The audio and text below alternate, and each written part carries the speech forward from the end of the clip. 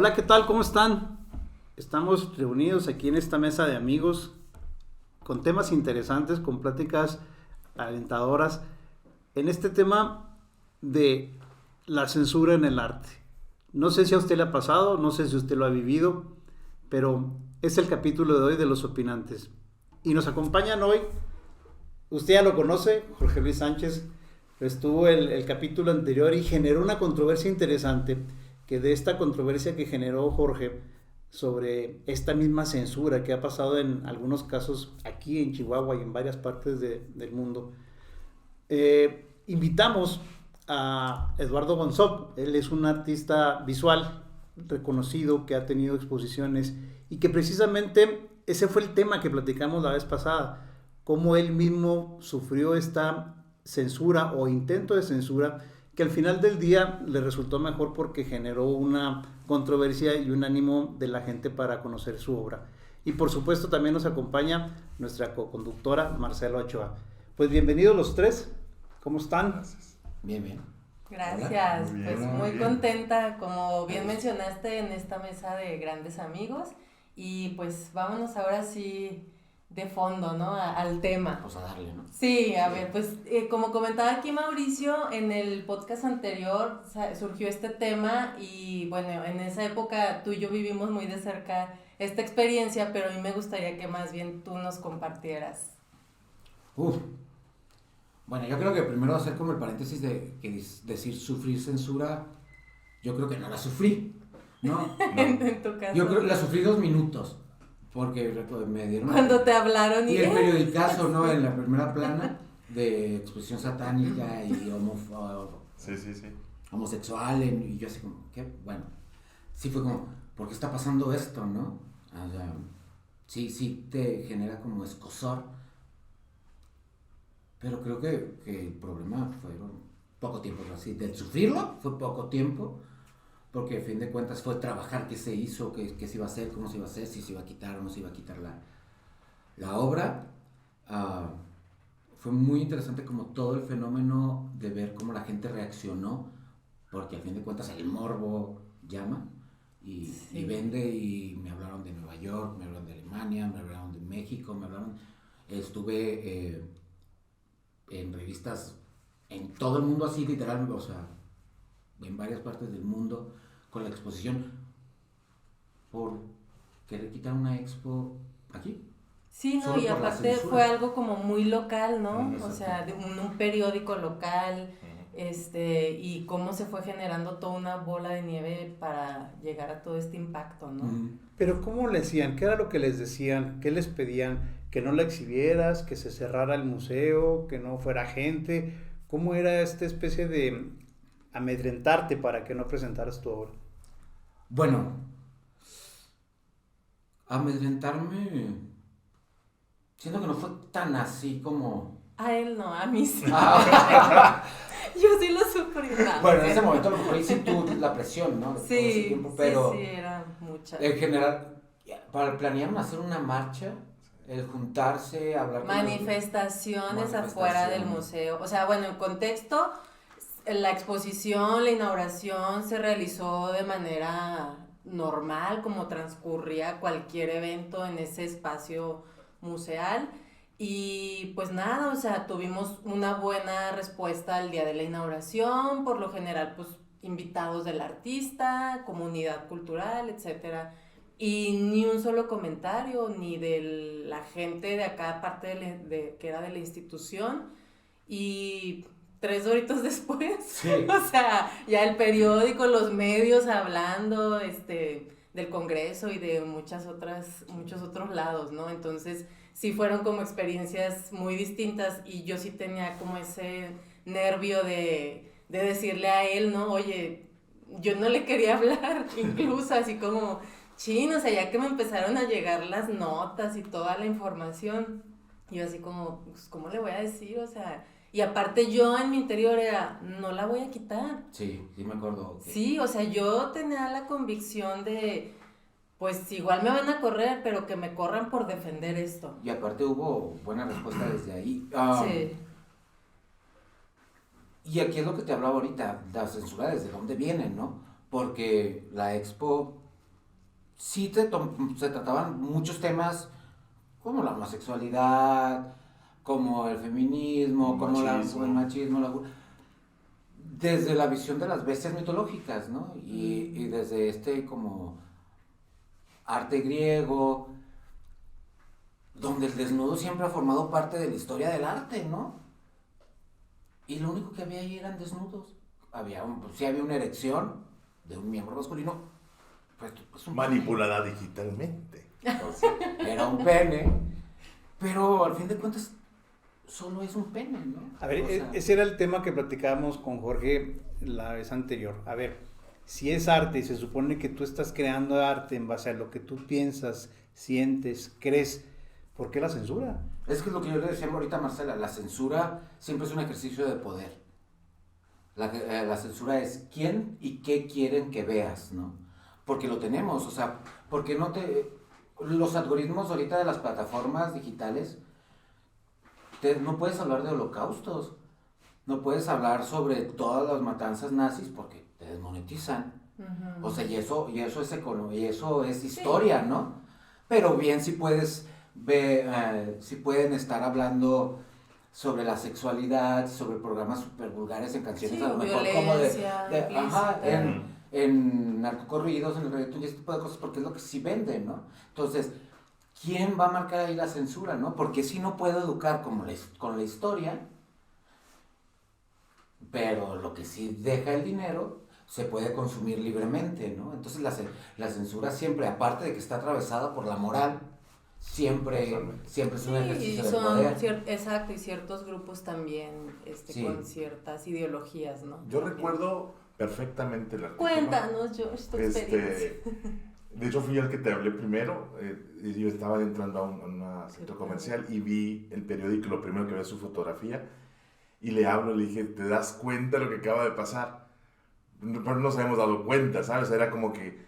Y el artículo era una queja de una persona quejándose con la institución y con el artista y preveniendo a la sociedad de que no fueran. Era una persona. Estaba escrito en primera persona. Un periodista, ¿no? Pero en primera plana aparecía. Sí, entonces a mí me sorprendió, pero por el alcance que podía tener. Porque dije, recién habías estrenado, creo que fue un viernes lo tuyo, y esto ya esto pasó como fue muy reciente. A los 3 días así. Y fue, todo el mundo empezó a subir fotografías del periódico y sus opiniones, y empezó a escalar toda esa controversia. Sí, y es que curiosamente no era una nota hablando como la mayoría que se hacen en los periódicos locales, porque aparte pues no es como que tengamos redactores de arte o críticos de arte que van a las exposiciones exclusivamente a eso, ¿no? O sea, era un reportero que estaba dando pues una opinión pues totalmente manipulada, ¿no? Para influir en la gente para que no fueran a verla. Y creo que también fue influido por no sé si una persona que fue y lo vio, ¿no? Sí, es que yo recuerdo que era algo así, que habían ido a una visita y entraron y fue así como... Y también hablar de que, o sea, la expo, pasó por los curadores antes de claro, había un proceso de selección. Era mi titulación de tesis de la maestría, fue revisada por la doctora y catedráticos, expertos. Hubo un proceso de trabajo y análisis, pues era una tesis, no era, o sea, al final de cuentas sí hubo un trabajo para llegar al resultado de las fotografías, como para decir ni siquiera, o sea, es una obra... Hasta yo salgo en la obra. Fíjate, tú siempre sales por tu culpa. Oye, pero y luego el tema es, a ver, yo no alcanzo a comprender si ustedes que son artistas pasan todo este proceso de curación que acaban de mencionar, el proceso de validación de los mismos maestros de arte, el proceso a la mejor validación de expertos en arte, y llega alguien de la sociedad civil y dice, a ver, no, es que no me parece esta obra, a ver, no me parece este cuadro, esta pintura, y exijo que la quiten. Y así de fácil se quita una obra. O sea, no hay un proceso, oye, espérame, discúlpame, pero esto es arte. Aquí pasó. Te guste o no te guste, es arte. Es que, bueno, también ahí se entra en un tema súper complicado de qué es arte y qué no es arte. Porque al fin de cuentas se puede decir que toda manifestación creada por un artista puede ser arte y a veces ni siquiera es necesario ser artista para generar arte, ¿no? A lo mejor construir un diálogo, pero bueno, aquí hubo un proceso creativo, vamos a llamarlo como un proceso creativo que se llevó a un fin. Yo creo que sí la interpretación siempre influye en la toma de decisiones, pero aquí es que llegó a ciertos grupos conservadores del Congreso, de sí, eran los con clérigos, ciertas ideologías religiosas. que tenían cierto poder y llegaron, ¿no? O sea, pero ¿por qué yo voy y digo, bájame este cuadro o público, no vayan a esta obra porque es muy descarada? Pero en la música, Jorge, ahorita lo comentaba Eduardo, hay música que sigue la masa por la letra o por el ritmo. O sea, los chavos les gusta esa música porque es contagioso el ritmo o porque se identifican con la letra. Es que yo creo que esta es una cuestión cultural, de contemporánea, de este nuevo acceso a la sexualidad, por ejemplo, social, ¿saben? Entonces yo creo que viene de quitarse muchos tabús, inclusive la homosexualidad, toda esta cuestión de que antes era como de closet y de que de la casa no salía, ahora está mucho más abierta. Entonces ahí creo que por ahí va ese sesgo de libertad, ¿no? Y de poder expresar, pero obviamente pues raya en la misoginia, en el machismo, en violencia hacia la mujer, ¿sabes? No creo que sea una cuestión de como de algo que haya sido porque salió o porque surgió. Es una cuestión construida, como decíamos la vez pasada, para generar. La masa, el consumo de la masa te va a generar. Así es. Sí, yo creo que es eso. Entonces, en el arte está muy compacto el consumo también. Por lo que hablamos también la vez pasada, consideramos erróneamente una cultura alta y una cultura baja, ¿sabes? Entonces es como lo tuyo, yo considerarlo un desnudo, algo malo, algo tabú, lo voy a considerar algo que no merece estar exhibiéndose. Uh-huh. Creo que viene de ahí. ¿Y tuvieron el temor, por llamarlo de alguna manera, a que sí se los bajaran, a que sí cancelaran la obra y que se quedaran sin exhibir? Sí, porque no era una decisión ya de nosotros dos, o sea, ya había escalado a niveles muy superiores de autoridades institucionales y de otros poderes, en donde ya prácticamente él y yo pues estábamos así solo tomados de la mano, como esperando, ¿no?, la decisión. Oye, pero ¿cuáles eran tus argumentos? O sea, a ver, me queda claro que Eduardo dice, bueno, pues esta es mi fotografía, estas son mis imágenes, este es mi arte, pero tú, ¿cuáles argumentos tenías para decir, no, se tiene que presentar la obra? Pues justo lo que comentaba ahorita Eduardo, había toda una estructura para llegar a un proceso de selección y de exposición. O sea, era un trabajo de un año anterior de recibir propuestas de muchos artistas, de tener un comité especialista de artistas que eran los que revisaban. O sea, en realidad no era una decisión mía quien expusiera, yo era nada más como el medio, ¿no? O sea, yo invito, yo hago la selección de todo, la selección, gestión, lo paso al comité y ellos eran los que daban la determinación y esto se hacía siempre público. Entonces, pues sí, mi postura era, a ver, ya hicimos todo un trabajo como para que con la mano en la cintura venga un señor o una señora que les parece incómodo o inapropiado, que ni siquiera son visitantes asiduos al museo o a exposiciones de arte, y solo porque les llegó un rumor, entonces ellos quieren tomar una decisión, ¿no? Entonces, mi postura siempre fue determinante y desde la primera llamada que recibí fue como, pues yo no la voy a quitar, hable con las demás personas, ¿no? Con mis superiores. O sea, pero yo desde el principio mi postura fue, no se va a quitar. ¿Y te ha pasado otra vez? ¿En alguna exposición o en alguna ciudad que hayas expuesto que hayan intentado este tema de la censura? Como censura, la censura como tal, ¿no? Creo que me gusta La controversia. incomodar, no, pero no es que como que disfruto incomodar, como que me gusta lo grotesco. Disfruto mucho lo bizarro, lo grotesco, entonces generar como esa sensación. Sabes que va a haber una reacción. Siempre hay como sensación de mucha gente que le disgusta y que, pero a este grado nunca me ha pasado y que hay gente que no le gusta y gente que le gusta. Y eso va a suceder siempre y ni modo que vayas con la bandera de quiero que a todos les guste, entonces... No, eso siempre va a ocurrir. Pero entonces tu arte es un poquito así como disruptivo. Sí, yo creo que puede llamarse disruptivo. Es que ya todo es que ahorita en este momento la sociedad realmente es disruptiva. La sociedad ahorita... Pero trasladándonos a esa época, sí. Ciertamente sí. O sea, y en ese espacio jamás se había presentado una obra como la de Eduardo. Entonces también por eso así como que... caray, o sea, sí movió. Pero aunque sea disruptiva, sí hay señalamientos y sí hay hostigamiento en algunos casos, ¿no? En la forma de ser, de pintar, de escribir, de vestirse, de actuar. O sea, sigue habiendo esta ala conservadora fuerte en una sociedad como la nuestra, ¿no? Claro, no, sí hay. No, sí hay, pero como ahorita lo comentaba Jorge Luis, ahorita...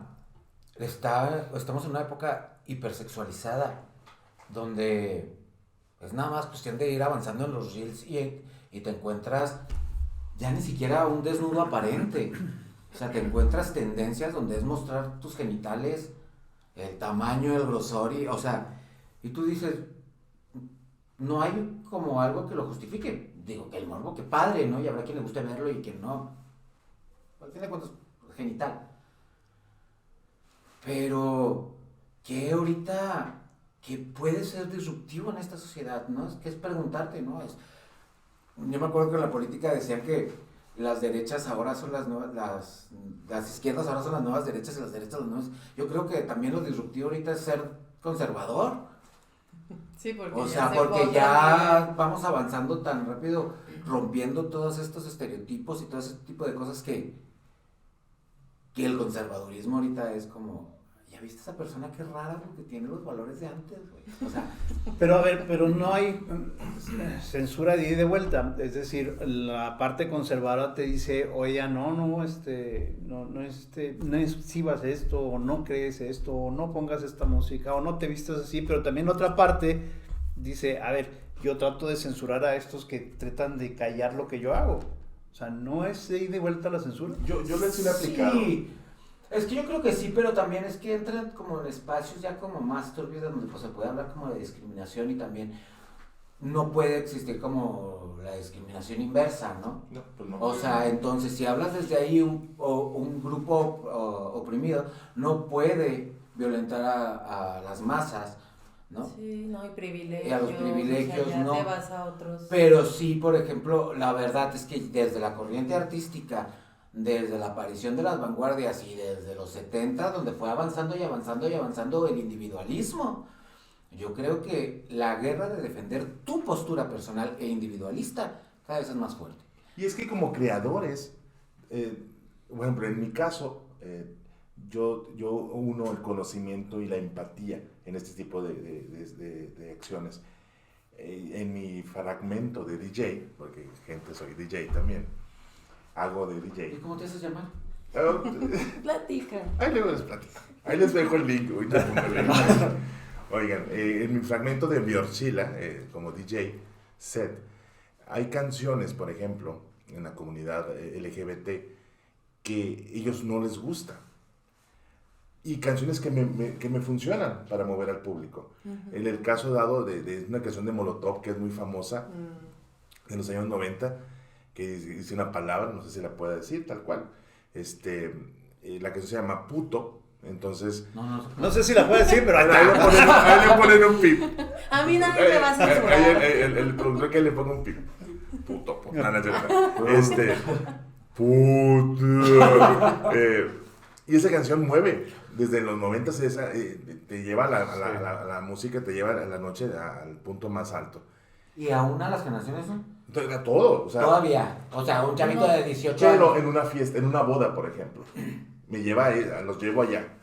Pero en un antro de LGBT o que es gay friendly, ellos me han comentado que no les parece ese tipo de canciones. Porque, y una vez escuché un comentario muy fuerte, dijo, porque esa palabra es la última que escucha a alguien que lo van a matar por homofobia. Entonces fue como, ay, yo por conocimiento y empatía la he quitado de mi set en ese tipo de espacios, y la verdad, y en otros contextos también. La quito, ¿por qué? Porque digo, hombre, es una canción que a mí me funciona, Pero no es necesaria, pero no es es otra. necesaria, exacto. Entonces digo, va. Entonces yo creo que también funciona como una autocensura empática o lo que quieras, y mejor me guardo y busco otra alternativa, que creo que sería también un punto importante, la alternativa a la censura, ¿no? O sea, obviamente se está hablando como un trabajo, como una expresión. Pero luego, a ver, digo, qué interesante ese tema, no sabía el alcance de esa palabra, ¿no? Pero, ¿qué pasaría si entonces este grupo de la sociedad que te dice que se siente agredida o que de alguna manera le representa algo muy fuerte, también otro grupo te dice, oye, no, espérame, pero es que no pongas reggaetón porque pues yo soy mujer y me ofende? ¿Tú qué vas a hacer? ¿También te replegas y dejas de... O sea, ¿hasta dónde sí y hasta dónde no? Yo tengo el privilegio... Es que yo también hay canciones de reggaetón que yo, por ejemplo, me limitaría. Sí, no, totalmente. O sea, yo creo que es sí. que es el mismo contexto, ¿no? Sí. Y más cuando entiendes, o sea, sí, como tú dices, empatía. Totalmente. Ya cuando buscas eso, sí hay cosas donde se extralimitan en muchos. En mi contexto, es una labor, como DJ, como alguien detrás de las consolas, tengo una labor de llevar al público a un punto, y ahí conlleva que tengan que consumir más alcohol, que tengan que divertirse, yo tengo esa necesidad de hacer. Como artista, pues la necesidad es propia de la expresión, ¿sí? Entonces sí son diferentes también perspectivas de la censura o de la empatía. Y la interpretación, o sea, totalmente. siempre hay una interpretación, ya cuando eres como demasiado directo, que no dejas como un argumento a interpretar, o sea, y creo que la vez pasada puse un ejemplo súper burdo. A mí. De peor, no. De cómo estamos atravesados por la moral, ¿no? Porque estaban discutiendo sobre la homosexualidad, de cómo está mal en este mundo, que es antinatural, y de que pues, todo es antinatural porque no está en la naturaleza. Si hablamos de lo que puede ser natural en este contexto, trasladémoslo a lo que tampoco es natural. Ponme una persona que viva con cierta discapacidad. O sea, en la naturaleza, ¿cómo se desarrolla una persona con cierta discapacidad? Y no hablamos en un mundo creado por humanos, ¿no? Donde podemos contemplarlos. O sea, aquí podemos nosotros decidir si las personas tienen movilidad o no, pero en la naturaleza no. Entonces, si a ti te afecta que tú digas, es que las personas con discapacidad no pueden existir en el mundo porque se morirían. Sí, no son naturales. No es natural, dices, No. o sea, tampoco un homosexual, o sea, todo está atravesado de la misma línea. Fíjate que tiene que ver algo del poder que tú mencionabas hace rato. Yo les platico también una experiencia. Uno de los libros que escribo es para adolescentes y ese viene por capítulos, ¿no? Y hay uno que toca el tema de la sexualidad para los chavos. Uh-huh.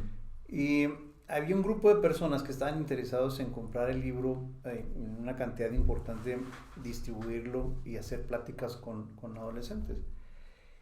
Y un día me llaman y me dicen, oye, estamos muy de acuerdo con tu libro, está interesante, lo podemos promocionar, lo podemos vender, solo hay un detalle. En el capítulo de la sexualidad te pedimos que lo modifiques. Quítalo. No me dijeron que lo quitara, pero me dijeron modifícalo porque aparentemente estás incitando a los jóvenes a que tengan relaciones. Digo, no, al contrario, estoy diciendo que es lo que va a pasar si tienen relaciones, ¿no? Y que las tengan conscientes. Y porque además ni yo ni nadie ni ustedes mismos que estaban en aquella mesa iban a evitar que los jóvenes tuvieran relaciones, ¿no? Entonces decidí no hacerlo porque era lo que yo pensaba y lo que yo quería transmitirle a los chavos, y finalmente el proyecto no prosperó por ese detalle. Entonces era un tema de poder. Sí, claro. ¿Quién puede pagar? Y también aquí, o sea, la sexualidad a los jóvenes, o sea, vamos, la verdad, bueno, yo ya voy para los 40 años. Ya no Ya. somos jóvenes aquí. Pero sí. Yo, Jorge. No, pero sí somos. O sea, porque Bueno, en sí el somos medievo una a los 35 generación ya estaríamos sin dientes y muertos, ¿no? Y nuestra edad reproductiva serían a los 11, a los 15. Pero en cuanto el dispositivo médico nos va haciendo personas más longevas, nuestra juventud se va aplazando y por eso a nosotros a los 40 años el miedo a ser adultos.